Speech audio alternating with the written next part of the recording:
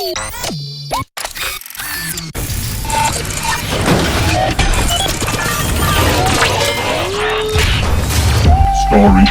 rumblings.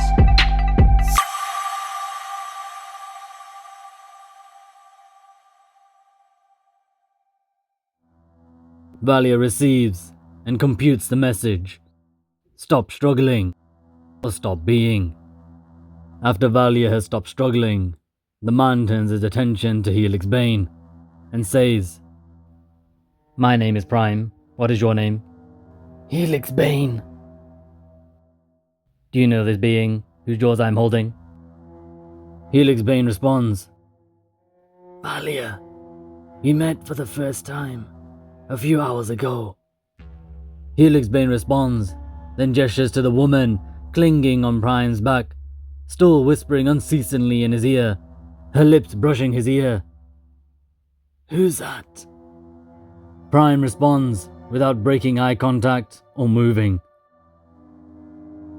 Her introductions made, Prime continues, "Why have you come in search of us?" The half-truth comes easily to Helix Bane's lips. "A new ship has arrived, and they are coming to kill all the experiments left living. I'm forming a temporary alliance to stay alive." Helix Bane opts to leave out mention of escaping. She isn't yet sure she wants Prime or her along for the ride. Perhaps better they blow up with Aspire. Prime replies, "Show us clear proof of the intent of the newly arrived ship and its inhabitants to kill those experimented on this research vessel." While Prime says this, Her reaches into one of his pockets and pulls out a device, while her head and eyes quickly jerk around the room. She then continues her litany into Prime's ear. Prime takes 2 steps back and 1 to the left, once again, without breaking eye contact or even looking where he's stepping. He ends up beside a table.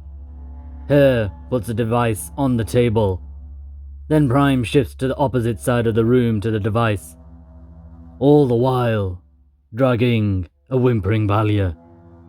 "This device can transmit to another device in our possession. Keep the video stream active at all times, scanning your surroundings. We will remain here with Valia as you go out and show us through this device evidence that the newly arrived ship and its inhabitants are here to terminate us. If at any point the stream ends, you lose the device or there is evidence of deception on your part, we will kill Valia." 10 minutes ago, Helix Bane would have already had a plan of attack to take Prime and her down. 10 minutes ago, whether Valia's jaws remained intact or not wouldn't have mattered. However, a lot can change in 10 minutes, never mind 10 years. Helix Bane still has a plan of attack, but unlike 10 minutes ago, she no longer has the utter certainty that she can beat down anyone in martial combat. A certainty that had given her an unshakable confidence all her life. After the battle with Prime, that unshakable confidence, that immovable certainty, was beginning to shift. Helix Bane picks up some flexible material from the floor and then scoops up the device into it. She pauses only long enough to let Prime see how awkward it will be to carry the device constantly. Then, she's out of the door. As she does so and makes it to the end of the corridor, Helix Bane is filled with a new sensation. Relief. Relief that she's still alive. The relief is short-lived and quickly pushed aside, as she has a potentially non-existent termination order to prove. Thankfully, there are around 70 new additions to the research vessel, and from the right camera angle, could certainly be exterminators. It is a long walk to the cargo bays, and this gives Helix Bane some time to ruminate. A task she wouldn't normally indulge herself with. However, given recent events, it may prove the difference between life and death. Helix Bane was so used to being the best in the business.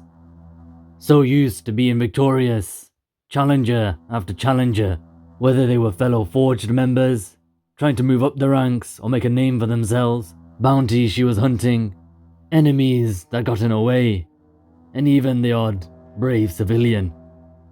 Helix Bane always came out on top. And as Helix Bane is reflecting, she remembers exactly why she was the best in the business.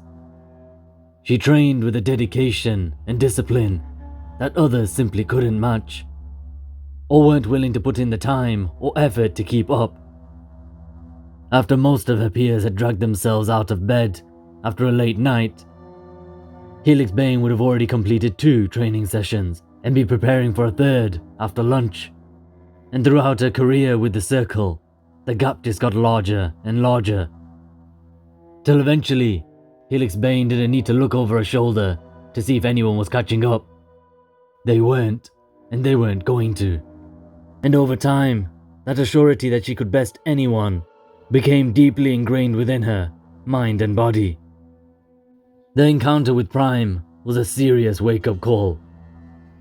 Over the past 10 years spent on the research vessel, her self-discipline and training had taken a significant dip. Being cut open, experimented on, and spliced up surely played its part. However, the bottom line is, Helix Bane is no longer the best in the business. So either she'll have to bring back some of that supreme self-discipline, or change her approach to encounters. Presently, however, the task of deceiving Prime allows Helix Bane to pretend she is still in control and proactively fulfilling her vow. Entering the lower cargo levels, Helix Bane catches the sound of incoming footsteps, and her instincts fail her. Or perhaps more accurately, her body or mind fail her as she begins to shift, taking on the appearance of the worthy Foundation member she had examined earlier. Her head suddenly feels like it is about to burst open with the pressure caused by the shift, and her vision goes black. When she can see again, her head is no better, but it is yet to explode. Perhaps slightly worse, a concerned-looking man, dressed in worthy Foundation attire, is rushing towards her. Perhaps even worse than that is Helix Bane can't hold the shift. The pressure it is causing is unbearable, and she's forced to let it drop. Astonishment blooms across the Foundation member's face. Helix Bane launches herself forward, elbow first. The elbow carries with it all the frustration from her interaction with Prime, and he knocks the Foundation member out cold. He hits the floor with a thud, as does Helix Bane. The battle with Prime and the failed shift, which is still making it hard to take a deep enough breath to sufficiently support her fatiguing muscles, both have taken their toll. The process of deep breathing is one that is sorely underutilized, looked down upon and cast aside as ineffective, but Helix Bane swears by it. She takes 3 deep, steadying breaths, then drags herself to her feet. She picks up the device she hadn't even noticed she dropped. She picks up the unconscious crewman and begins to drag him across the ground. Without knowing if they can hear her, she says, "I'm bringing this one back. They'll confirm what I say." Helix Bane, unconscious crewman in tow, begin to make their way back to Prime's location. Somewhere between here and there, Helix Bane will let the crewmen know what to say if they wish for a relatively painless future. As soon as Helix Bane leaves the cargo levels, Prime's voice emanates from the device. "Leave the unconscious crewmen at your current location. We will retrieve them from this location. You continue to your original destination and show us what you initially intended. We wish to see, not just hear confirmation." Helix Bane is beginning to feel the strain of being foiled at every turn. She doesn't protest, nor does she try and deceive. She drops the crewman where she stands, strips him of his uniform and equipment, dons them, then once again begins to make her way back to the cargo bays.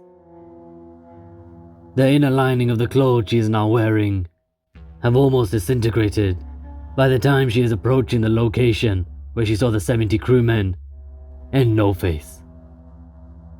Helix Bane is beginning to scan her surroundings for possible ways of sneaking in when the device begins to vibrate. Not Prime's device, but one in the crewman's pocket, with an aim to preserve the uniform as long as possible. Helix Bane had avoided touching the uniform too much to limit the contact it had with her toxic skin. But now she doesn't hesitate, keeping Prime's device pointed forward, scanning the surroundings ahead. She slips her hand into the jacket pocket and takes out the device. It's a phone call. The name on the screen, Overlord.